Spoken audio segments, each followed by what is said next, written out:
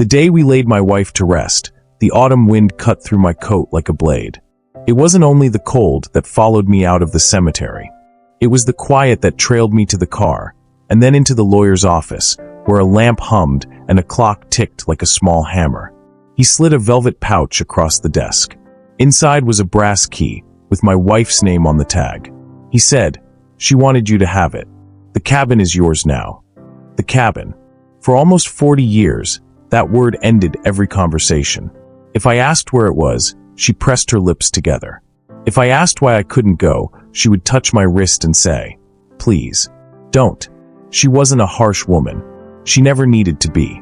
That simple plea had more power than a shouted order, and I obeyed it because I loved her. I told myself the past belonged to her, and the future belonged to us. We grew older. We raised our kids. We paid off a modest house in Greensboro. We learned how to sit together in the evenings without words, her hand resting on mine while the news played low. But grief has a way of turning the soil. Seeds you didn't know were there push up and demand the sun. I drove home with the key in my pocket and set it on the kitchen table. It looked harmless, like a button that had fallen off a coat. I tried to make coffee, but the spoon rattled in the mug. I stood by the window until the sky went dark and the porch light clicked on. Our house felt borrowed, as if I were only visiting a life that ended at the graveside. I tried to remember every time she left alone with a small canvas bag. Every evening she returned with swollen eyes and said she was fine. I remembered one Christmas when she slipped out after dinner, saying we needed milk, yet came back without a single grocery. I remembered the day she made me swear I would never visit the cabin under any circumstance, not even if someone begged me. "Some places," she whispered, "don't forgive trespass." I nodded then, more to calm her than to agree. I see now I should have asked why, even if the answer hurt. I sat down and held the key. The tooth pattern felt sharp, like it had been cut yesterday. Questions crowded me. Why give me the key now? Why hide the place at all? What kind of love asks for silence and leaves a map only after the funeral? The clock kept ticking. An old floorboard popped in the hallway. A piece of air moved across the back of my neck. I thought of my wife's hands, the way she held mine in church, the way those hands trembled when a hymn stirred her. I could not bear to think of her under the ground while her secret kept breathing without her. So I will ask you what I asked myself that night. If your spouse left you a key to a place you were never allowed to see, would you honor the silence? Or would you let curiosity pull you down the road? Be honest. Would you go? Or would you turn away and live with the questions? Tell me in the comments. Your answer says more than you think. I pulled the drawer open and found the old road atlas we kept for hurricanes. A grocery receipt slipped out with her writing on the back. "Take blankets." She had planned for me to go, just not while she was alive. That thought sounded like thunder in my chest. I turned off the kitchen light and stood in the doorway, listening to the house settle back into quiet. The key sat on the table, catching the last bit of lamp glow, and I knew sleep wouldn't come until I chose. I picked it up, slipped it into my pocket, and told the dark room what I had not told anyone else. Tomorrow, I would drive into the mountains at first light alone. I left before the mailman made his rounds. The morning was gray and close, the kind of sky that makes the world feel smaller. The highway pulled me north past brick churches, shuttered diners, and fields cut down to stubble. At the state line, the wind picked up, leaning against the car like a steady hand. I kept touching my pocket, feeling the shape of the key, like it could warm my palm. That key had weight I couldn't explain. It seemed heavier than brass should be, as if every year I kept her promise added an ounce. Now the promise was mine alone. I turned off the radio so I could hear the engine and my own breathing. With the noise gone, small sounds rose up, the click of the blinker, the faint whistle around a cracked window seal, the loose coins tapping in the cup holder. Little things tell the truth when big things won't. Past Wilkesboro the road began to climb. Pines crowded the shoulder, and the air turned damp. Rain thickened until the wipers labored. I pulled into a turnout and opened the atlas, tracing a thin blue line that bent into the hills. When I flipped the visor down, a folded paper slid into my lap. It was a note addressed to me. The first half was written in the familiar hand that signed birthday cards and school forms. The second half tilted a little different, Same loops, same slant, but not the same. The message was short. The cabin is waiting. Be careful. I read it 3 times and felt a tremor in my jaw. Why would the same hand look like 2 different people? I eased back onto the road. The rain slowed, leaving beads on the glass. I skipped the next town and kept climbing. By the time the pavement turned to gravel, branches scraped the doors as if the trees had been waiting. I drove slower, watching for an unmarked turn. The path finally bent left through rhododendron and ended in a small clearing. The cabin stood with its shoulders hunched, roof dark with moss, a porch light socket empty and rusted. A washtub leaned beside the steps, dotted with rain. It looked like no one had been here for years, until I saw the mud. 2 sets of tracks crossed the clearing. One was mine, fresh and deep. The other set cut from the trees and vanished behind the cabin. They were not old. Edges still held their shape, and water hadn't settled in them yet. I killed the engine and listened to the tick of cooling metal. A creak whispered somewhere behind the house, water over stone. I stepped out and locked the car. The key felt colder now. I climbed the steps and paused on the porch. The boards had that old house give beneath my shoes, just enough to tell me they would hold. Through the window I could see the dim shape of a chair, a table, the pale stripe of a curtain. The lock waited in the middle of the door, simple and patient. I pressed the key against my thumb and tried to picture what she had wanted to keep from me. Was it shame? Was it mercy? Was it a memory that could break the living? Standing there with the key and the door, I understood something I had never said out loud. My wife trusted me to keep a promise while she was alive, and she trusted me to seek the truth when she was gone. I could honor both, but only by stepping forward. Now I took a breath, slid the key into the lock, and listened for the sound it would make. The key turned with a clean click, not the rusty scrape I braced for. I stood there a second longer than I meant to, palm flat to the wood, feeling the breath leave my chest. When I pushed, the door moved easy, like a store door that's been oiled for customers. Warmth met me. Not the kind from a heater, but the soft heat that hangs after candle flames have worked a room all afternoon. The first scent was lavender. Under it was pine and old paper. I stepped in and shut the door behind me to hold the air still. A row of candles sat on a small table near the window, stubs melted into puddles, wicks a dull orange, not yet cold. Whoever burned them had left not long ago. My wife would never leave fire unattended. The thought landed like a stone. I took 3 small steps and the floor answered with a tired creak. The room was tidy in a way that didn't match the roof outside. Chairs pushed in. A folded quilt on the rocker. A coffee cup on a saucer without a ring. Dust should have coated everything, but it hadn't had time to settle. In the hush I could hear a small clock ticking somewhere out of sight. Then I saw the wall. At first I thought it was wooden paneling with some pattern I didn't know. But my eyes adjusted, and the pattern turned into faces. The entire wall, from baseboard to ceiling, was covered edge to edge in photographs. Some were yellowed at the corners, some were glossy and sharp, some were stuck with pins, some in frames, some taped. Every size. No gaps. I moved closer. My wife looked back at me from 100 angles. She was young in half of them, hair pulled up, eyes bright. In others she was older, dressed the way I knew her best, cardigan over a plain blouse. She stood alone in a few. In many she was not alone. A man stood beside her with an arm around her shoulder, or a hand held between them, or a hat tilted in his other hand. The man was me. I knew that face.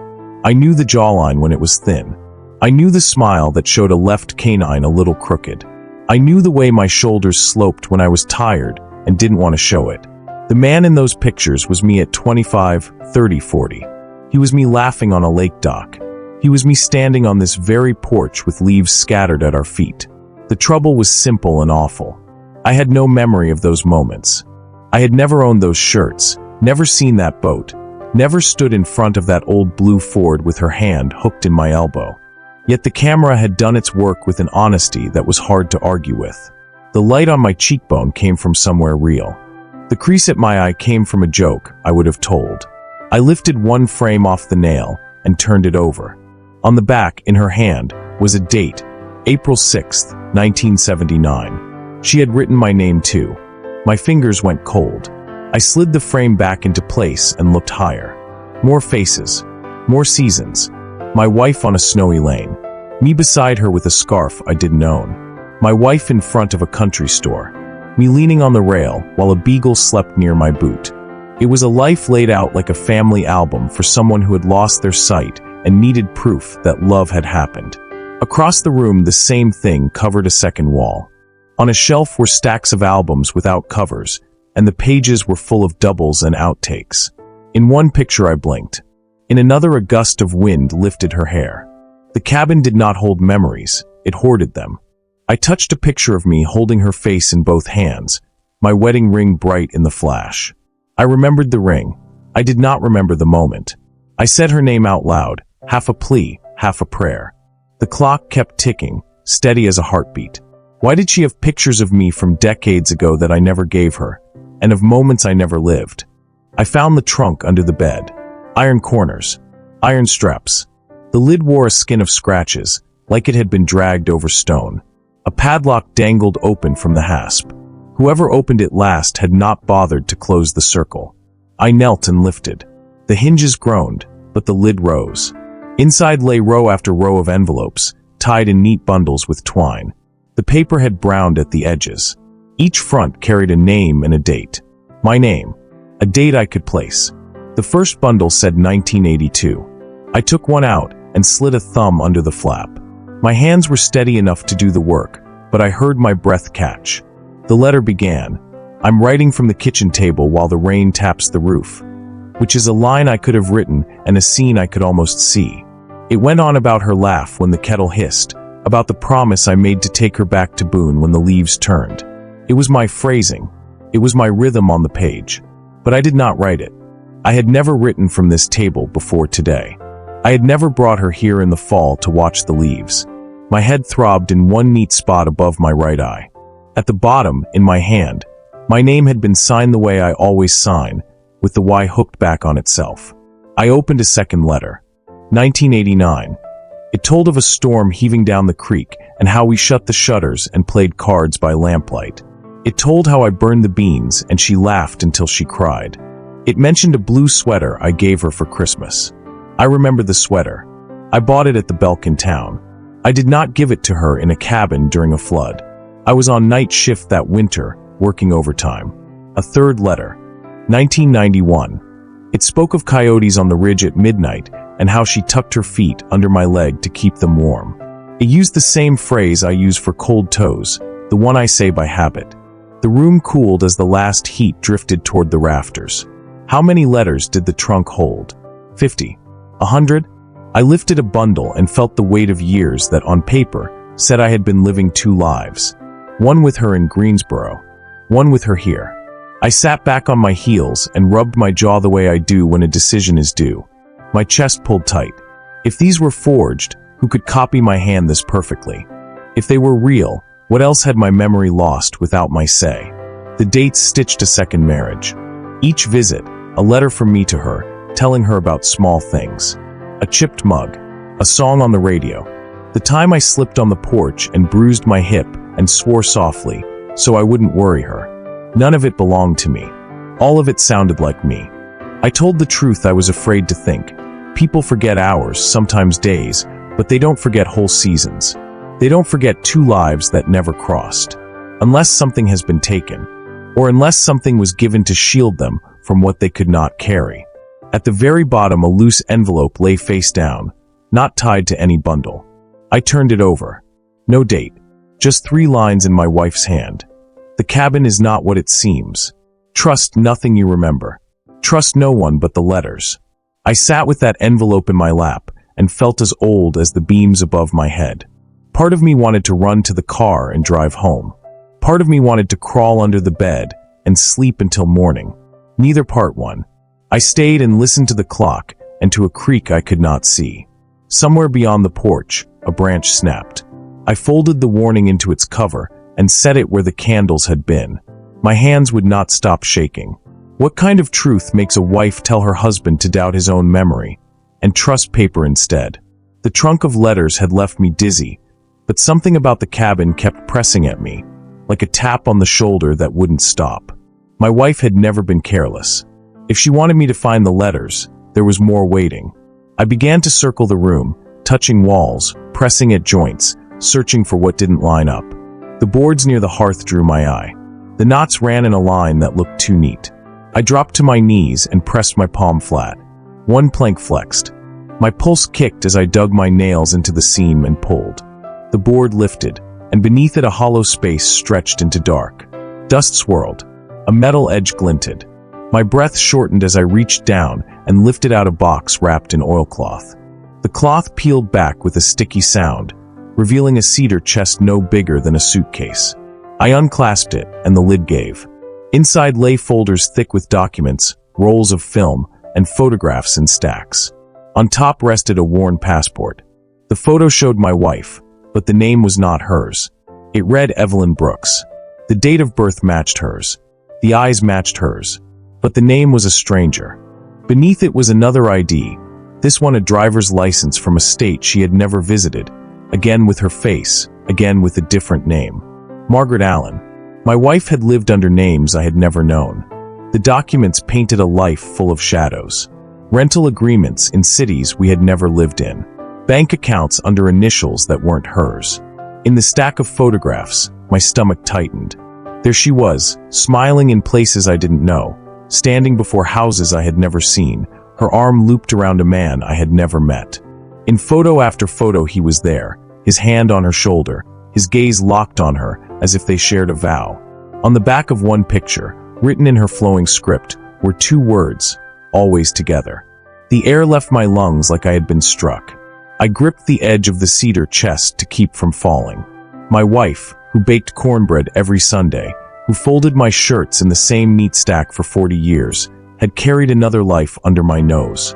And she had been faithful to someone else, at least in the permanence of photographs and ink. Betrayal burned in my chest. Love and grief fought it, making my heart twist until I couldn't tell which was stronger. I whispered her name, the name I knew her by, and then I whispered the one on the passport. Both felt like ghosts in my mouth. I pressed my fingers to my temples. If she had lied about her name, what else had she hidden? What was real in the life we had built? What part of me had she carried honestly? And what part had been just another page in her careful script? My eyes drifted back to the photographs. The man was there in all decades, dark hair, then streaked with gray, then nearly white. He stood with her in front of Christmas trees, birthday cakes, church steps, cabins in the woods. He was more present in those pictures than I had ever been. At the bottom of the pile, one photograph stopped me cold. It was her wedding day, only not the one we shared. She wore white, veil pinned, bouquet in her hands. The man stood beside her in a suit, his smile wide. On the back was a date 2 years before we met. The room tilted. My hand shook as I set the photo down. My wife had forbidden me from this cabin not because it held nothing, but because it held everything, her true self, her past, her love for someone else. I closed the chest, but the images burned against my eyes. Who was the man who had stood by her side in every hidden photo? And why had she written always together beneath his face? I sat back on the wooden floor, the boards hard against my spine, my hands covering my face. The cabin pressed in with its silence. 40 years of marriage replayed in my mind. Our small arguments, her gentle laugh, the nights we held hands in church pews, the mornings she fried bacon while humming low. Was all of it real, or had I been the other life, the shadow life, the one she built alongside another? I rose and gathered a few of the letters from the trunk. I laid them on the table beside the documents, side by side, like puzzle pieces that refused to fit. The handwriting was mine. Every loop of the Y, every tilt of the T, every curl of the R matched my hand. Yet the stories told in the letters were not my own. I dug in my pocket for the pen I carried and scrawled my name on a scrap of paper. Then I laid it against the old letter from 1982. They were twins, down to the way the ink thickened on the cross of the H. The letters had not been forged by a stranger. They were mine, or at least they bore proof of me. I thought of forgery, but no forger could mimic decades of ink aging, paper fading, and dates aligning with real events. To be sure, I pulled one envelope close and studied it under the lamplight. The paper had yellowed with honest time. The ink had sunk into the fibers, blurred at the edges the way true aging does. This was not the work of one night's trickery. These letters had been kept for decades, as if someone had preserved a second life for me I could not recall. Grief turned to anger, then softened to fear. If she had written them in my name, why sign them with my hand so perfect? If I had written them and forgotten, what force could erase whole chapters of memory? I thought of doctors' words I had overheard in hospital halls, words about memory slipping with age. But this wasn't forgetting a key or misplacing a coat. This was a whole other marriage running alongside mine. I closed my eyes and spoke to her ghost. Why didn't you tell me? Why leave me the keys after you were gone? My voice broke and the sound filled the small cabin, bouncing off logs that had witnessed more than I ever had. No answer came, only the steady beat of the clock on the mantel. I stared at her careful warning on the loose envelope. Trust nothing you remember. Trust no one but the letters. I wanted to tear it to shreds, to throw it in the fire. Yet I couldn't. Some part of me felt she was guiding me still, pointing me to truths too heavy for her to speak while alive. I leaned back in the chair and ran my thumb over the letters again, as though the paper might confess. My life had been steady, simple, faithful. Yet here in this cabin it had doubled. One husband, two names. One wife, two lives. One truth, two lies. My eyes wandered back to the photographs of the man who had stood beside her all those years. His face remained familiar, not because I knew him, but because he had been there in moments I thought belonged to me. His smile burned into me like a brand. Who was he to her? Who was he to me? If my handwriting could live two lives, could my heart have lived two as well? If the letters were real, who had preserved them for decades? And why had my wife trusted paper over the man she shared a bed with for 40 years? The storm had grown violent by nightfall. Rain lashed against the cabin windows, hammering the roof with such force it drowned out my breathing. I tried to focus on the letters and photographs spread across the table, but the thunder seemed to shake them, reminding me I was not alone. Each flash of lightning lit the room with a ghostly glow, making the faces in the photographs appear alive, as if they blinked when the light struck. I rose, restless, my heart already on edge from the discoveries. The cabin smelled of damp wood, smoke, and something metallic that lingered on my tongue. That was when I heard it, a faint creak, long and deliberate, just outside the door. I froze, straining to listen. For a moment, only the rain. Then another creak, this time closer. I moved to the door and pressed my ear against the wood. My wife had left me this cabin as a key to secrets, but I hadn't expected those secrets to breathe outside in the storm. My hand hovered above the knob, trembling as if it already knew what I would find. Slowly, I pulled the door open. Rain stung my face immediately. The wind nearly tore the door from its hinges, forcing me to brace myself. The yard lay dark and shifting under the storm. I lifted the lantern high. That was when I saw them, muddy footprints in the soil, fresh, their edges glistening under the rain. They led from the porch into the forest, deep enough to show weight, too clear to be old. Someone had been standing at my door. My pulse hammered. I bent closer. The prints were large, wider than my own shoes, and they faced away from the cabin, as if whoever left them wanted me to follow. The storm had not washed them away yet, which meant the intruder had been here moments ago. I looked back into the cabin where the letters lay waiting. If someone else knew of them, if someone had been watching me all this time, then the truth was not mine alone. I lifted my coat from the hook, tied it tight, and stepped into the rain. Each step into the mud felt like sinking into her secrets deeper. The footprints guided me like a trail of breadcrumbs into the forest. Trees whipped and bent under the storm, branches snapping overhead. My lantern hissed in the rain but held. My breath puffed white, the cold cutting into me. Still, I pressed forward, each step another question screaming in my mind. Why had she lied about her name? Why had she left me the letters? Why had someone been standing at my door in the storm? The prints carried me deeper until the cabin light behind me faded. In its place was only the roar of rain, the groan of trees, and my own heartbeat. Every time lightning cracked, the forest glowed in brief, terrible clarity, shadows leaping like figures. The prints ended at the edge of a clearing, the mud torn by hurried steps, as if the intruder had run. I raised my lantern higher, scanning the trees. Something flickered in the distance, a faint shape hunched low. It disappeared before I could focus, swallowed by the storm. A chill tore through me that no coat could stop. My wife's secrets were not buried in letters or photographs. They were alive. Whoever had left those footprints was still out there, watching, waiting for me to find what came next. I followed the tracks into the clearing, every muscle tense. My lantern's glow cut weak circles through the storm, showing glimpses of branches and roots like gnarled fingers. Then I saw it. Beyond the trees, half hidden by brush, stood another structure. Smaller than the first cabin, weathered, nearly collapsing under its own weight. The storm rattled its tin roof like bones shaking in a chest. My wife had never spoken of another building. Yet here it stood, waiting. My breath caught as I approached, the muddy trail leading directly to its door. The wood was warped, the handle rusted.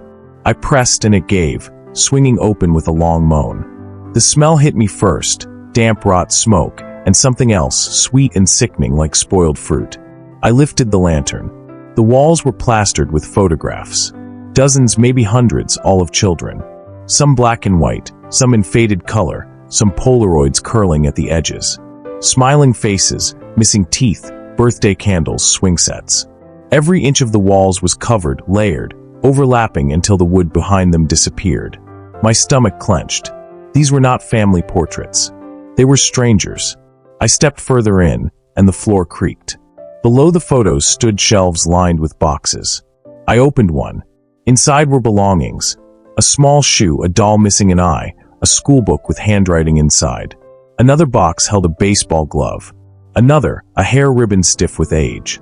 I dropped the lid and stumbled back. My chest heaved as I looked again at the photographs. These children, who were they? Why had my wife hidden their faces in this forgotten place? My lantern shook in my grip, making the images flicker as if they moved. I whispered aloud, almost pleading, "What did you do?" But the storm outside swallowed my voice. On the far table lay stacks of yellowed paper. I lifted the first sheet. It was a newspaper clipping, decades old. The headline made my knees weaken. Local children vanish without a trace. Beneath it, photos of the same faces that covered the walls. Dozens of names listed. Towns I half remembered from long ago road trips. My hands trembled. The dates stretched back 50 years, some overlapping with the very decades my wife and I had been together. Had she known these children? Had she hidden them? Or was she documenting something even darker?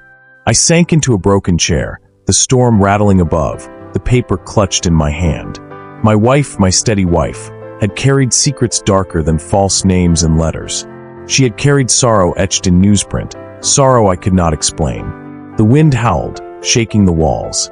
My lantern flickered low. And as I stared at the clipping, one thought tore through me, louder than the storm. If these children were missing for decades, why had my wife preserved their faces here, in silence? And what did it mean that the trail of footprints had led me directly to them? The storm hadn't let up. The trees bent and groaned, rain pounded the earth until mud swallowed my boots. I stumbled back toward the main cabin, clutching the clipping I had found in the second shack. My wife's secret weighed on me like a stone I couldn't set down. Each step back felt heavier, as though the forest itself wanted me to stop. I reached the porch, lantern swaying. Lightning ripped across the sky, and in that white blaze I saw him. A figure stood just beyond the window of the main cabin, half hidden in the sheets of rain. He didn't move. He just watched. My heart kicked against my ribs. His face was shadowed, but I felt the stare as sharp as a knife across my skin. I shouted, but the wind drowned my voice. I leapt from the porch and into the storm. The figure turned, darting toward the trees. My lantern shook wildly in my hand, throwing light in frantic arcs. Branches tore at my coat as I chased him. His outline was there one moment, gone the next, swallowed by the darkness. The mud made every step a battle, pulling me down, but adrenaline pushed me on. The figure crashed through brush just ahead, fast, purposeful. I knew I couldn't close the gap, but I couldn't stop either. My wife's secrets weren't only mine anymore. Someone else was guarding them, living them. Thunder cracked, and for a split second, lightning painted the forest in stark detail. The man's profile flashed, sharp cheekbones, broad shoulders, hair plastered to his forehead.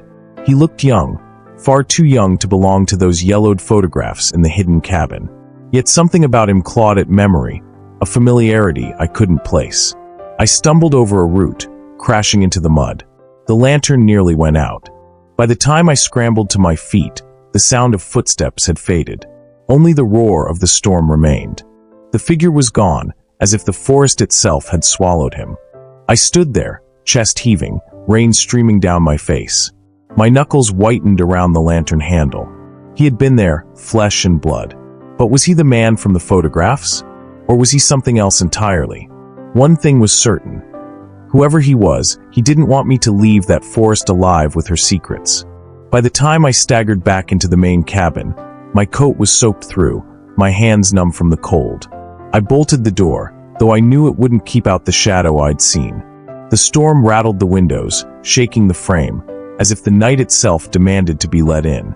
I sat at the table, dripping water across the letters, photographs, and documents scattered before me. My mind spun. My wife's other name, the hidden cabin filled with children's faces, the man outside. It all collided into a storm louder than the one battering the walls. That was when I heard it, a soft thud. I turned.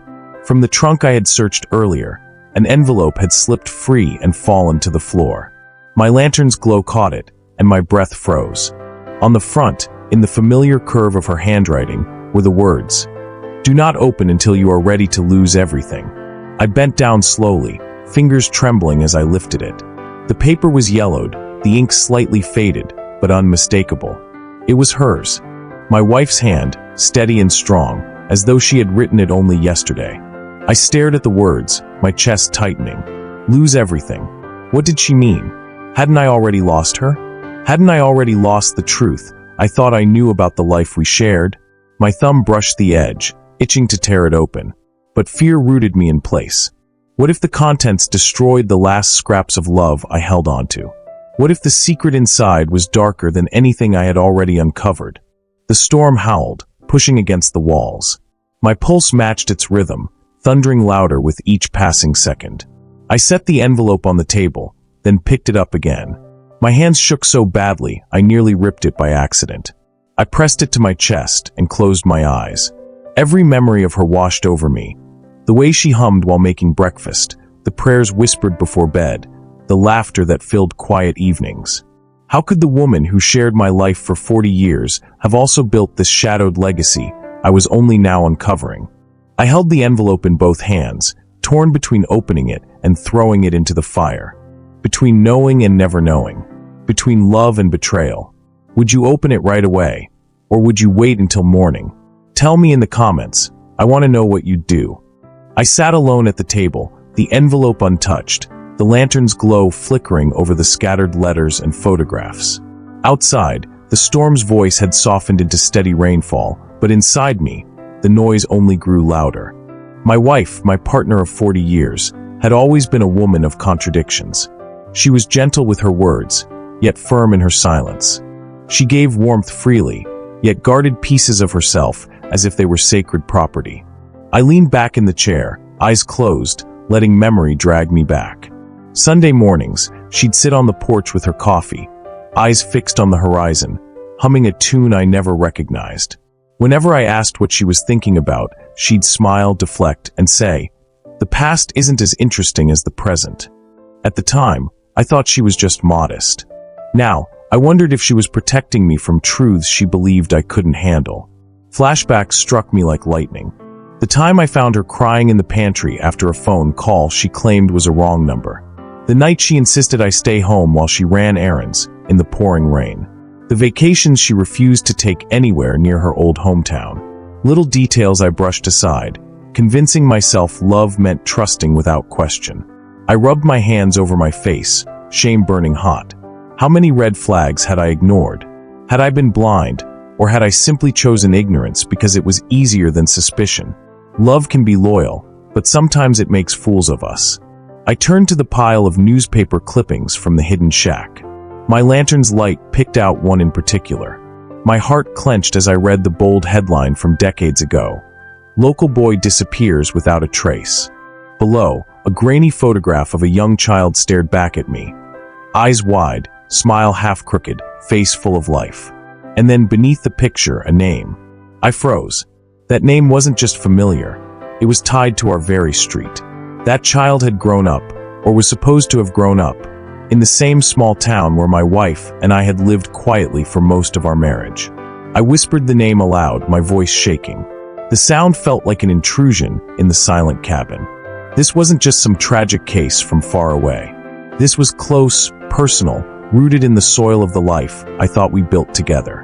The clippings blurred as my vision watered. Was she hiding from this? Protecting me, or protecting herself? I couldn't tell anymore. But the cliff edge was closer now. Whatever truth she had buried in these walls, it was coming for me, step by step, page by page. I folded the clipping carefully and set it aside. My pulse raced. Tomorrow, I would dig deeper. Tonight, I would hold on to the last scraps of the woman I thought I knew. But the child's face lingered in my mind, haunting me with the question. Why did she keep his story so close? The storm returned with a vengeance that night. Wind rattled the shutters. Rain lashed against the cabin like fists demanding entry. I couldn't sleep, not after the figure in the woods, not after the clipping, not with the envelope staring at me from the table. My wife's handwriting seemed to glow in the lamplight, daring me to tear it open. But another sound pulled my attention. At first, I thought it was the storm playing tricks. Then I heard it again, deliberate steps pressing into wet earth, crunching leaves, circling the cabin. I reached for the crowbar leaning against the fireplace. The cold iron felt heavy, reassuring. My knuckles whitened around it as I crept toward the door, each board creaking under my weight. The footsteps grew louder, pacing, slow and steady, as if whoever was out there wanted me to know they weren't leaving. My heart pounded. The storm masked their shape, but not their presence. I pressed my ear to the door, every muscle coiled tight. Then came the sound I feared most, a hand testing the latch. Adrenaline surged. I raised the crowbar high, ready to swing the moment the door gave way. My breath came in shallow gasps, chest burning, the storm roaring louder than ever. Then it happened. The door burst open, slamming against the wall. Wind screamed inside, rain spraying across the floor. I staggered back, weapon raised. But no one entered. Only the storm itself rushed through, cold and merciless. I steadied my grip, blinking through the rain, searching the shadows beyond the threshold. The forest loomed, black and impenetrable. Whoever had been out there, if anyone at all, had vanished into the storm's chaos. I slammed the door shut, bolted it, and leaned my back against the wood, chest heaving. My body shook with fear and rage. I felt foolish, weapon in hand, fighting against nothing but wind and water. That was when I saw it. Across the room, near the fireplace, a pair of boots sat neatly on the rug. Mud streaked across the floorboards beneath them, fresh and wet. I hadn't brought them in. They hadn't been there before. Which meant, whoever had been outside wasn't gone at all. They were already inside. The envelope trembled in my hands, as though it had its own heartbeat. My wife's handwriting, steady and deliberate, seemed to glare at me through the dim lantern light. Do not open until you are ready to lose everything.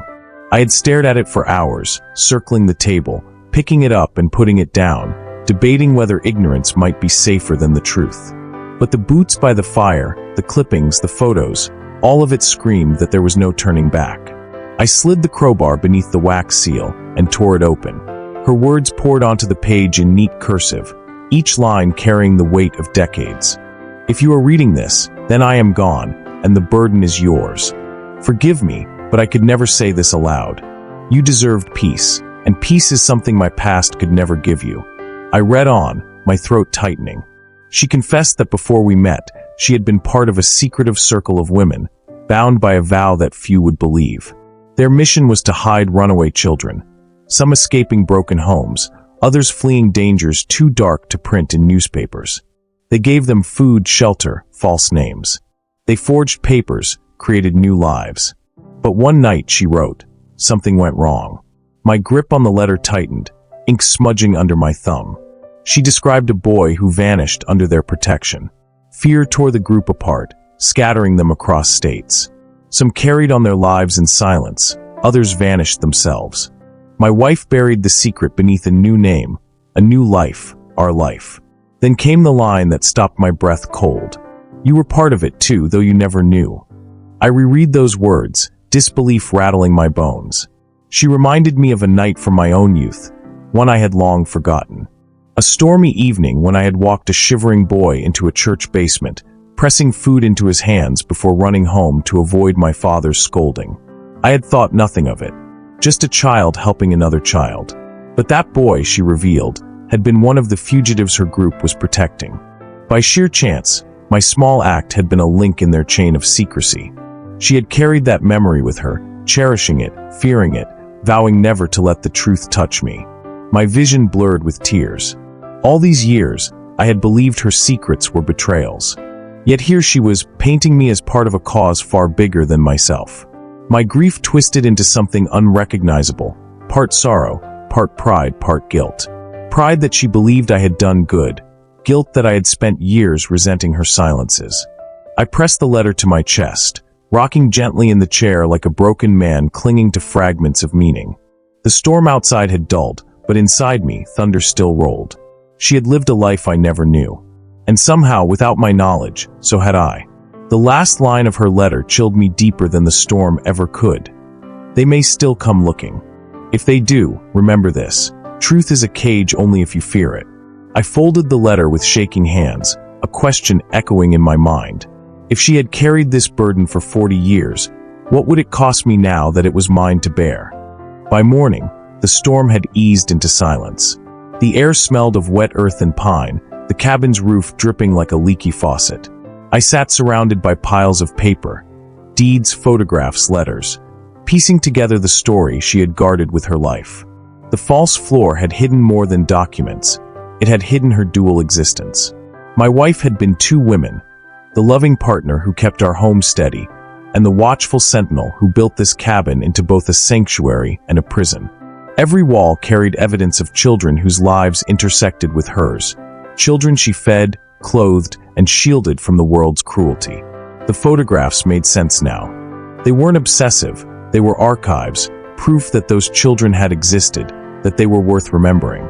Even the trunk of letters in my own handwriting was explained. She had copied my words, imitating my hand, layering her secrets under the guise of my voice. It was her way of binding me to her cause without ever breaking my ignorance. For years, she had borne the guilt alone. Perhaps she thought silence was protection. Perhaps she feared that if I knew, I'd be forced into choices that might ruin me. I stared at her pictures, the same smile I had kissed 1,000 times, now shaded with sorrow I never saw. Then came the final discovery. Among the photographs was one more recent, edges curled, colors slightly faded. It showed a man, older now, weathered by life but unmistakably the same face from the grainy clippings of the missing boy. He was alive. He had grown up. And the photo wasn't decades old. It was taken within the last few years. My pulse quickened. Beneath the picture, in her handwriting, was a single note. Still watching. Still guarding. I rose, lantern in hand, and looked toward the window. Outside, the forest stood quiet, but my skin prickled as though eyes were on me. The shadow I had chased in the storm, the figure that vanished, it hadn't been a stranger at all. It had been him. He hadn't come to harm me. He had come to keep her secret alive, to guard the legacy she left behind. I pressed the photograph to my chest, exhaling slowly.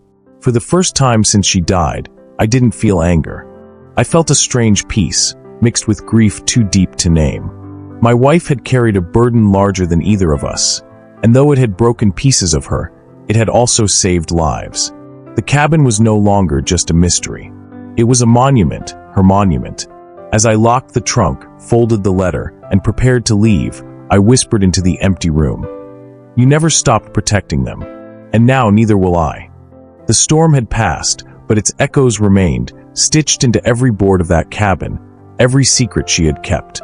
And as I stepped outside, the photograph warm in my hand, I swore that her truth would not be buried again.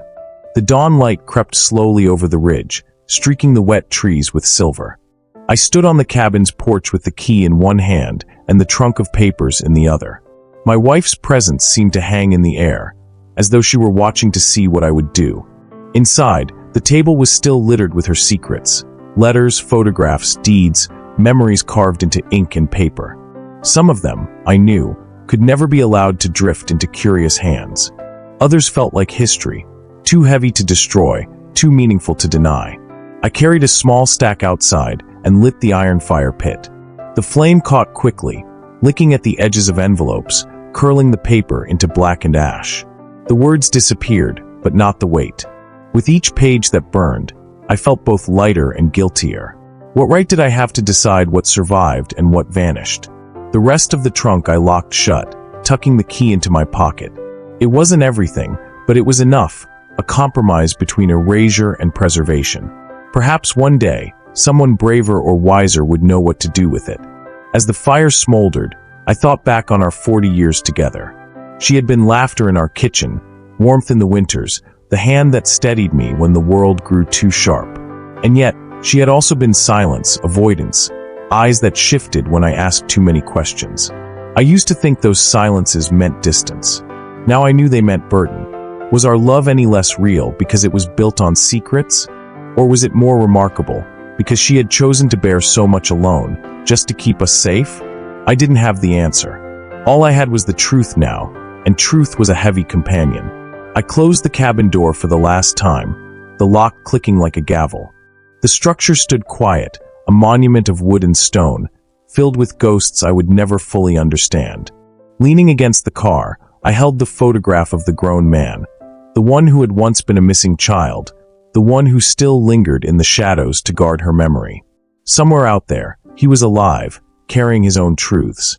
Perhaps one day our paths would cross. Perhaps not. The sky shifted pink as I slid behind the wheel, the engine coughing to life. The road stretched ahead, slick with rain, winding down into the valley. I felt older, heavier, but also strangely at peace. I had not solved everything, but perhaps I wasn't meant to. Some mysteries were designed to outlive us. Before shifting into drive, I spoke aloud, not to the empty car, but to the unseen audience of curious hearts who would hear my story. Do you think I should have burned every document, or left them all for history to judge? Share your thoughts in the comments. The fire pit smoked behind me, ashes lifting into the wind like whispers, while the locked trunk sat in the back seat, silent and waiting. As the sun rose, I drove away from the cabin, carrying not just the weight of secrets, but also the love that had bound us. A love imperfect, shadowed, but undeniably real. The road curved out of sight, the cabin shrinking into the trees. And with every mile, I realized I was no longer just a husband mourning his wife. I was the keeper of her truth, the bearer of her choices, and the witness to a life that was never simple, never pure, but always ours. And that was how it ended, quietly at dawn, with love and mystery riding beside me.